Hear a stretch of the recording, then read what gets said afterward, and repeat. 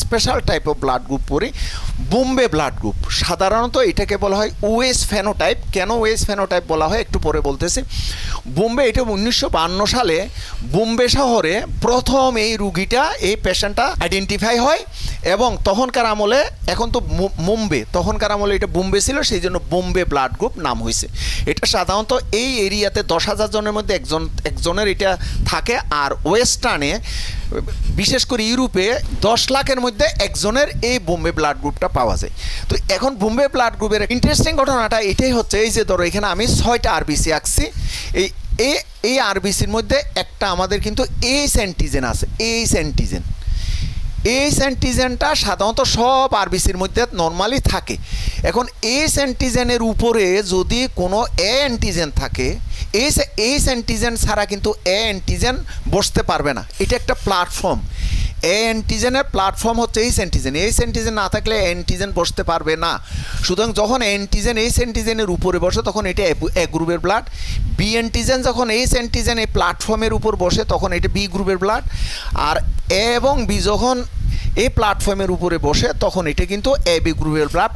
আর যদি এই অ্যান্টিজেনের উপর যদি কোনো কিছু না বসে তখন এটা ও গ্রুপের ব্লাড। এখন যদি কোনো আরবিসির মধ্যে এই প্ল্যাটফর্মটা যদি না থাকে, এই আরবিসির মধ্যে কিন্তু প্ল্যাটফর্মটা নাই, তখন এটাকে বলবো আমরা বোম্বে ব্লাড গ্রুপ। এতে সমস্যা কি, এটা একটা জিনিস হচ্ছে এদের শরীরে এইচ অ্যান্টিজেন না থাকলেও অ্যান্টিএইচ অ্যান্টিবডিটা ব্লাডে থাকে। সেই জন্য ওর ওইখানে যেহেতু এদের মতো অ্যান্টিজেন নেই, সেই জন্য অনেক সময় ভুলে বোম্বে ব্লাড গ্রুপকে ও গ্রুপের ব্লাড মনে করে ও গ্রুপের ব্লাড যখন দিবে তখন এটার এগেনস্টে কিন্তু ওর অ্যান্টিবডি তৈরি আছে, জাস্ট রুগীটা মারা যাবে। সেই জন্য বোম্বে ব্লাড গ্রুপ সাধারণত বোম্বে ব্লাড গ্রুপের সঙ্গে যতক্ষণ পর্যন্ত না মিলবে ততক্ষণ কিন্তু রক্ত দেওয়া যাবে না। এই যে ওএস ফেনোমেনা, তার মানে এটা ও গ্রুপের মতো কিন্তু এইচ অ্যান্টিজেনটা মানে এইচ প্ল্যাটফর্মটা নাই, সেই জন্য এটা স্মল লেটারের এইচ। এবং এটা normally ABO blood group antigen আর build on a based structure. H অ্যান্টিজেনের উপর এবিউ ব্লাডের অ্যান্টিজেন এবং বি অ্যান্টিজেন থাকে। এখন সমস্যা হচ্ছে কি, আমাদের এই এইচ অ্যান্টিজেন আমাদের নর্মালি প্রতিটা মানুষের আরবিসি সেল মেমব্রেনে এইচ অ্যান্টিজেনটা থাকে, যেটা আমি বলছিলাম। এটা সাধারণত 19 নম্বর ক্রোমোজোমের লং আর্মের একটা জিন আছে, FUT1 জিনের সঙ্গে এটা পুরো কন্ট্রোল করে। ওই জিনটা এইচ অ্যান্টিজেনকে কন্ট্রোল করে।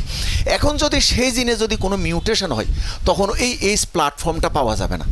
প্ল্যাটফর্ম পাওয়া না গেলে সেখানে এ অ্যান্টিজেন বি অ্যান্টিজেন আর বসতে পারবে না, তখন ওইটা হয়ে যাবে গ্রুপের ব্লাড।